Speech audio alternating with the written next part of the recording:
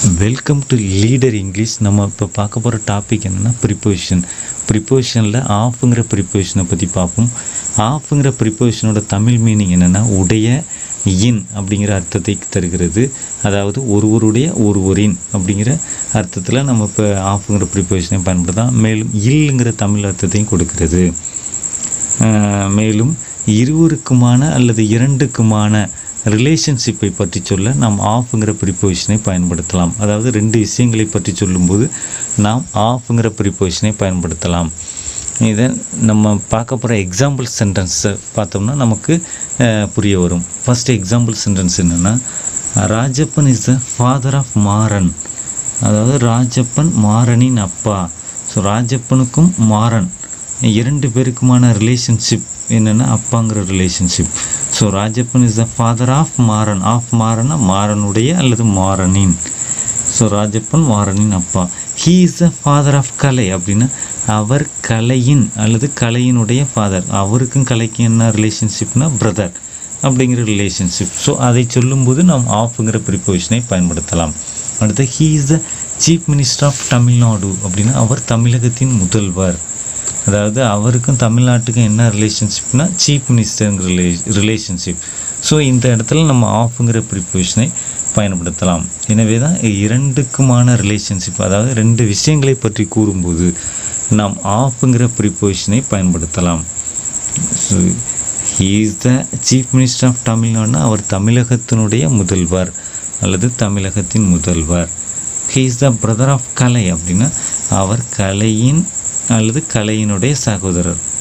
அடுத்து Rajappan is the father of மாறனா ராஜப்பன் மாறனின் அப்பா அப்படிங்கிற அர்த்தத்தை தருகிறது. அடுத்து நெக்ஸ்ட் எக்ஸாம்பிள் சென்டென்ஸ் பார்ப்போம். He is the prime minister of India. Prime மினிஸ்டர்னா பிரதம மந்திரி.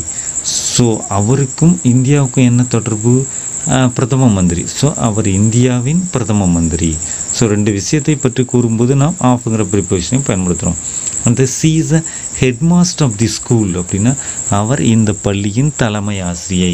ஸோ அவளுக்கும் அதாவது இந்த பள்ளிக்கும் என்ன தொடர்புனா தலைமை ஆசிரியங்கிற ரிலேஷன்ஷிப். ஸோ அந்த ரிலேஷன்ஷிப்பை பற்றி குறிப்பிடும்போது நாம் ஆஃப்ங்கிற ப்ரிப்போசிஷனை பயன்படுத்தலாம். So she is the headmaster of this school அப்படின்னா அவள் இந்த பள்ளியின் தலைமை ஆசிரியை. ஸோ எனவே இரண்டு விஷயங்களுக்கு ரிலேஷன்ஷிப்பை பற்றி குறிப்பிட நாம் ஆஃப்ங்கிற ப்ரிப்போசிஷனை பயன்படுத்தலாம். அதாவது பிரைம் மினிஸ்டருக்கும் அவருக்கும் இந்தியாவுக்கும் என்ன தொடர்பு? Prime மினிஸ்டருங்கிற relationship. ஸோ அந்த மாதிரி நம்ம ஆஃப்ங்கிற ப்ரிப்போசிஷனை பயன்படுத்தலாம். அடுத்து நெக்ஸ்ட் எக்ஸாம்பிள் சென்டென்ஸ், எதனால் செய்யப்பட்டது என்பதை கூற. அதாவது ஒரு மெட்டீரியல் எதனால் செய்யப்பட்டது என்பதை கூற நாம் ஆஃப்ங்கிற ப்ரிப்போசிஷனை பயன்படுத்தலாம்.